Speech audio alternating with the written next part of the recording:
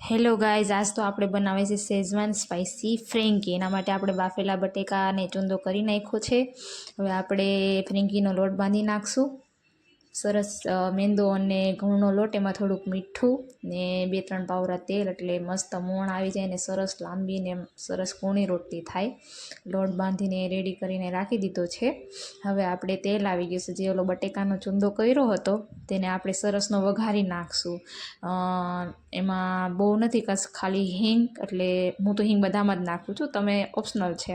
પછી તેમાં લસણ, મરચી અને આદુની ખમણેલું ઝીણું ઝીણું છીણ હોય ને એ તે વઘારી નાખવાનું.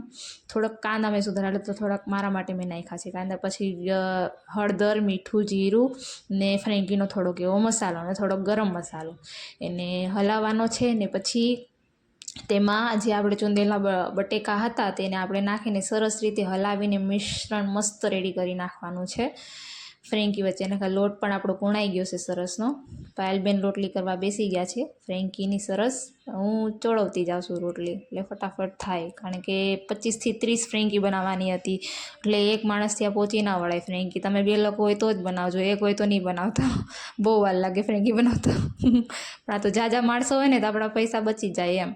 ને એક ફ્રેન્કી ખાવા જાય તો 50 થી 60-70 રૂપિયાની આવે, ને આ 300-400માં આપણે 25-30 ફ્રેન્કી બનીને તૈયાર થઈ જાય.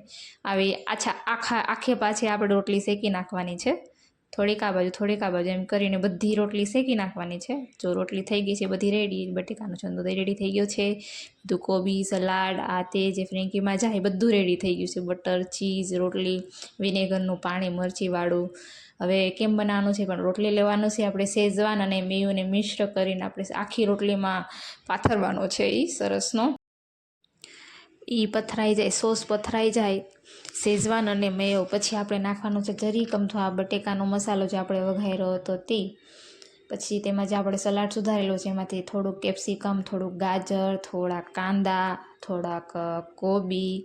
પછી આપણે તેમાં નાખવાનું છે આ વિનેગર અને મરચીનું મેં મસ્ત પાણી બનાવેલું છે, જરીક અમથું 2-4 ટીપા જેટલું. પછી ફ્રેન્કીનો મસાલો નાખવાના છે. જો ને તમે ચીઝવાળી ખાતા હોય તો ચીઝવાળી બનાવવાની છે, મને તો ચીઝવાળી ફ્રેન્કી બહુ ભાવે, એટલે ચીઝ ખમણી નાખ્યું છે આ. પછી સારી પેટના રીતે રોલ વાળીને રાખી દેવાના છે. જો આવી રીતે મેં બધી ફ્રેન્કી રોલ વાળીને એક સાથે રાખી દીધી હતી, હવે ખાલી શેકવાની જ છે. તો બધી જો ખાતા જાય ને શેકતી જાઓ.